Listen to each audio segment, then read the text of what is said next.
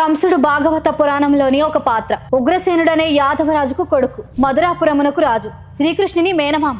ఇతడు పూర్వ జన్మమునందు కాలనేమి అని రాక్షసుడు కనుక ఈ జన్మమందును ఆ వాసన తప్పక దేవతలకు విరోధి అయి అనేకులను రాక్షసులను తోడు చేసుకుని సాధువులను సైతం బాధించుచూ ఉండేవాడు. ఇట్లు ఉండి ఒకనాడు తన చెల్లెలు అయిన దేవకీదేవిని వసుదేవునకు ఇచ్చి వివాహము చేసి ఆ వధువులను రథము మీద కూర్చుండబెట్టుకుని తాను సారథి అయి ఎంతో ఉత్సాహముతో రథమును తోలుకుని పోవును. నీ చెల్లెలి యొక్క 8వ కొడుకు నిన్ను చంపును అను మాట ఒక చెవిని పడగానే మనసు చలింపగా తటాలున రథము నుండి దిగి చెల్లెలు అయిన దేవకీదేవిని కొప్పు పట్టి ఈడ్చి నేలన పడవేసి తల నరికి చంపబోయాను. అప్పుడు వసుదేవుడు అనేక రకాలుగా వేడుకోగా చంపక విడిచిపెట్టి అది నిమిత్తముగా దేవకి వసుదేవులను సంఖ్యలు వేసి కారాగృహమునందు ఉంచి దేవకి కన్న కొడుకులను అందరినీ చంపుకుంటూ వచ్చి కడపట యోగమాయ వల్ల కృష్ణుడు రేపల్లిలో నున్న నందు ఇంట చేరాడని విషయము తెలిసి అతను చంపుటకు బహు ప్రయత్నము చేసి ఆఖరికి శ్రీకృష్ణుని చేతనే చంపబడెను.